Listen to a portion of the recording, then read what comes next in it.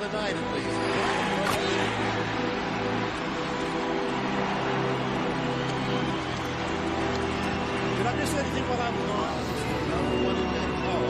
buenos días, mi nombre es Alejandro Casamachín del grado 11.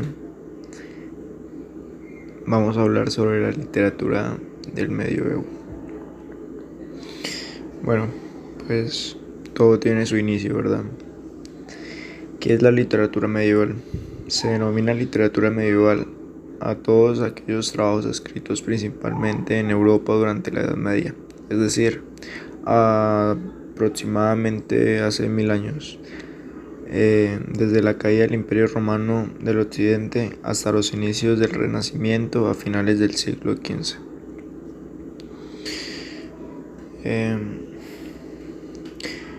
Lee el siguiente fragmento de Amadís de Gaula, atribuido a García Rodríguez de Montalvo.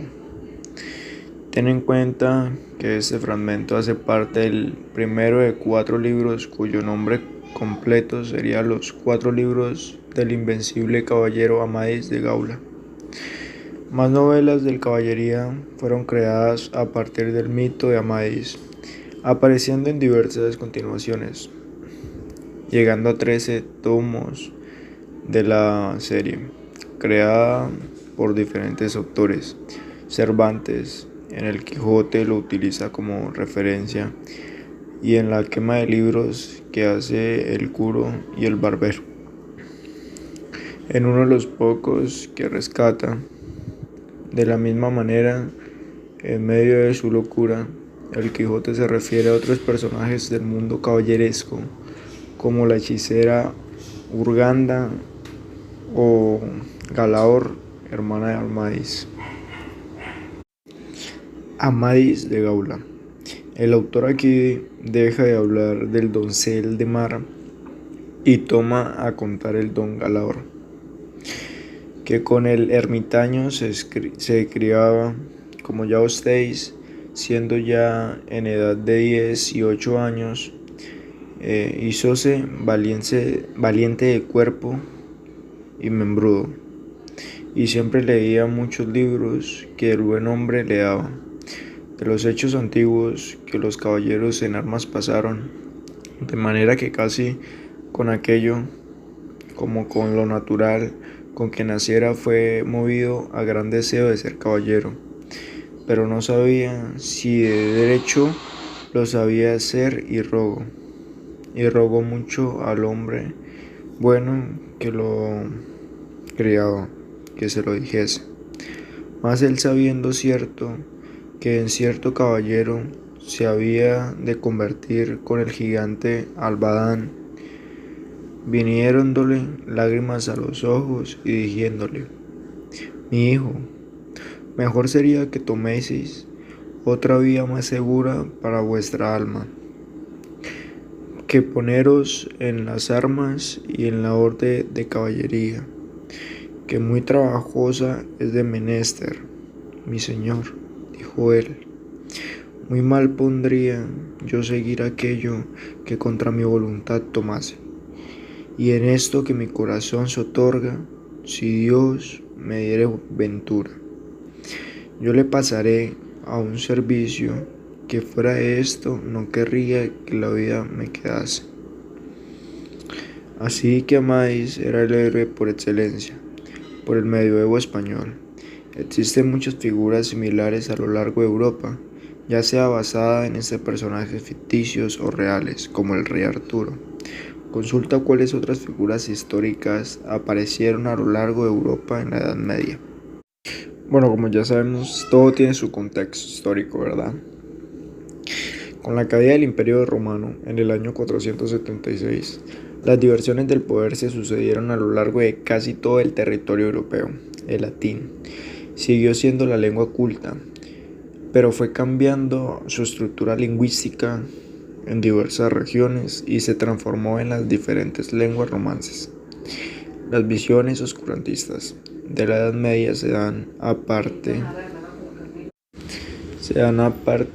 en parte gracias a las inquisiciones que empezaron a regir a partir de la Baja Edad Media, A finales del siglo XII, Inquisiciones aparte, podría decirse que las personas que se dedicaban casi enteramente a sus labores, ya fueron agriculturas, herrería, talabartería, trabajo con cuero de animales, traducción, entre otras.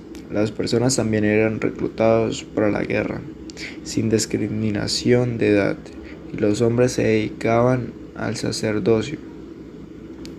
El calendario romano, basado en la fundación de Roma, fue cambiado aproximadamente en el año 525 por el monje Dionisio de Sicio, quien calculó el nacimiento de Jesucristo y con esto estableció la fecha de Pascua para consolidar en el imaginario colectivo la era cristiana.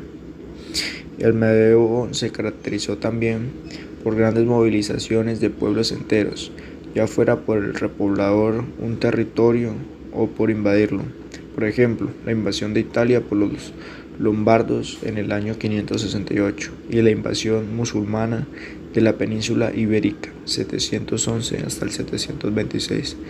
Durante la Edad Media hubo una división territorial que provocó la creación de diferentes monarquías absolutistas basadas en la religión católica. Al mismo tiempo, las monarquías veían en la religión una forma de control y vigilancia social. De esta manera se crean divisiones sociales muy marcadas que pueden resumirse en tres estamentos básicos: la nobleza, el clero y el estado llano. Bueno, ¿qué es la nobleza? Estaba formada primero por los monarcas con poder absoluto sobre los territorios y las personas, también por el clero y por último por los aristócratas, con títulos que lo adjudicaban con cierto poder, sueldo y territorio fijos. El clero tenía títulos en los nobles y en los llanos. La diferencia principal es que los altos eran privilegiados con el poder y riquezas, mientras que los otros debían trabajar y tenían únicamente autoridad popular. Y el estado llano. Se le llama así a las clases populares urbanas, trabajadores, campesinos y pequeños burgueses. A pesar de que algunos soldados tuvieran un salario y de que acompañaran a los nobles, en la realidad eran trabajadores casi esclavos. En resumen, podría decirse que la sociedad medieval respondía a unas divisiones tripartita de funciones, los que rezan, los que luchan y los que trabajan. Bueno, géneros de la literatura medieval, lírica medieval. Las características: transmisión oral, brevedad y sencillez, y anonimato. Estilo y temas: la alemana. Imitación de la lírica de trovadores suele dividirse en tres periodos: primavera, periodo clásico o verano, y otoño. Aborda temáticas como la naturaleza y el amor. La española y peninsular, basados en la lírica mozárabe, en composiciones llamadas jarchas y creadas en distintas lenguas peninsulares. Se usaban especialmente para lamentaciones amorosas. Francesa, trata la temática cortesana y caballeresca, llena de descripciones y eventos fantásticos. La lírica francesa se definió junto a la peninsular los mejores ejemplos a seguir en la literatura medieval del resto de Europa. La inglesa tiene una gran influencia de la lírica latina y francesa. Su temática principal es la religión, cortesana y naturalista, aunque también se trataron temas satíricos, políticos y sociales. Política y social. Italia. Vale la pena mencionar los antecedentes de Dante: poesía religiosa y franciscana, poesía de la escuela siciliana cortesana y el doncel del estilo nuevo, escuela. Épica medieval. Sus características: la tradición oral, relatos de héroes, obras destinadas a cartarse, escritos en lenguas europeas, en información. Bueno, eh, sus estilos o temas era la justificación de la derrota, elogios a la caballerosidad y honor y gloria del héroe, valor legendario del héroe y venganza de su suerte. Cuento medieval. Sus características: tradición oral, anonimato, distintas versiones del mismo cuento, su finalidad en entretener y pocas veces enseñar. Bueno, sus estilos y temas era el estilo breve y sencillo, recepciones asociadas a números folclóricos en 3 o el 7, por ejemplo, ausencia de la intención moralizante, uso de narración marco o coja de chiste. Ahorita vamos a hablar en la literatura medieval, la literatura religiosa y la profana. Bueno, la literatura religiosa, la teología, se ocupaba de estudiar la naturaleza y la esencia de Dios. También se ocupa de la soteriología y la escatología, entre otras. La filosofía. Se argumentaba sobre la existencia de Dios, la fe, la razón y la libertad, con el servilismo cristiano. Hagiografía. En estos escritos se cantaba la vida de los santos como estímulos de devoción o pedagogía a modo de advertencia. Poesía. Logró gran popularidad, incluso más que la Biblia. Constaba de himnos o cantos litúrgicos como temas como la piedad. Bueno, vamos a hablar ahora sobre la literatura profana. Novelas. Por un lado, las novelas de caballería, con valores como la fidelidad, el honor, el servilismo y la gloria de batalla. Por otro lado, el amor cortés, expresión del amor no correspondido o platónico. Bueno, cuentos, fábulas y mitologías con propósito de entretener y enseñar. Poesía. Reúne temáticas como el amor cortés y las caballerías, pero en formas de poesías épicas. Relataban historias famosas de amor o guerra, bestiarios con carácter moralizante. Hacia el siglo XII se empezó a desarrollar un género literario que veía de la literatura caballeresca, pero más inclinado a la ficción. En Francia se denominó román, que en español está traducido como novela cortesana. La palabra novela en español no se refiere solo a la novela moderna, sino que es usada para traducir términos como novelle en italiano o roman en francés, que están relatados ficcionales más largos que un cuento, pero que no tienen las características de la novela moderna. Diferencia entre la épica y román, novela cortesana o caballeresca. Función social. La épica está determinada por una acción colectiva. La novelesca está determinada por una acción individual y un evento producido por diferentes factores que solo a él lo afectan. La verdad. La épica proviene de una memoria colectiva confirmada por un cantar de gesta y es inamovible. La novelesca radica puramente en la ficción. El universo ético, la épica, está configurado dentro de un marco ético y moral que busca probar designio divino.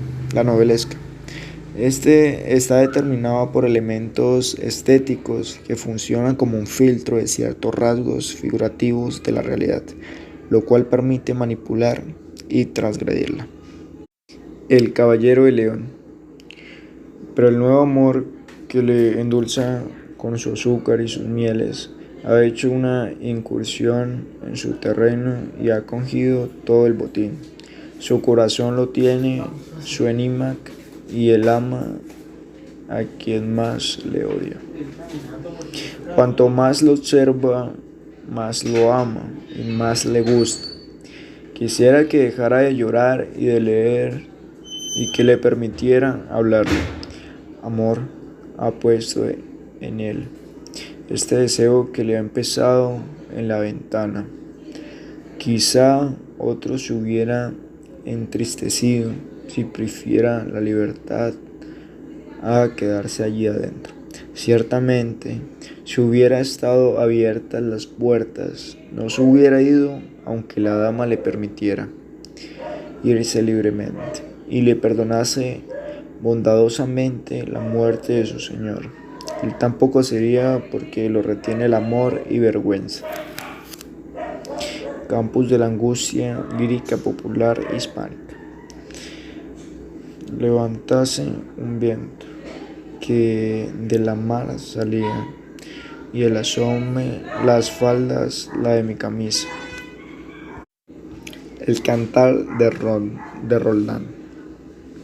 En otros lados está Valdurún, un prógano, el cual apadrinó en armas a Marsil.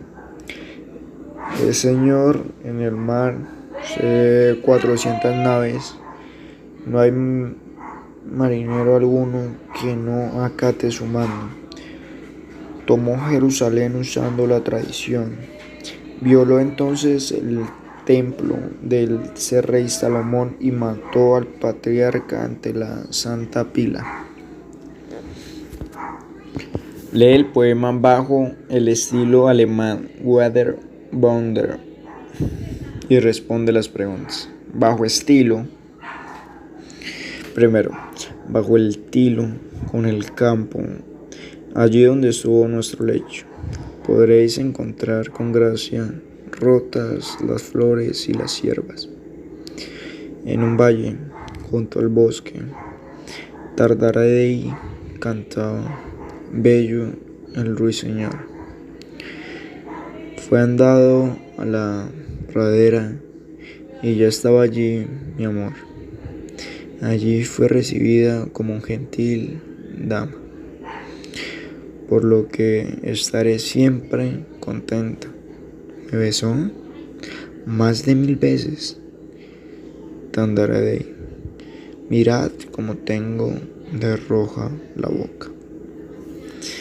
Él había hecho allí un lecho muy rico de flores, aún sonreía de corazón. Quien vaya por aquel sendero entre las rosas, Tandaradei reconocerá donde apoyaba yo la cabeza. Lo que hizo conmigo, si lo supiera alguien, no quiera Dios, me avergonzaría. ¿Cuál fue su comportamiento conmigo? Nadie lo sabe, sino él y yo. Y un pajarillo. Tandaradei finalmente nos guardará el secreto.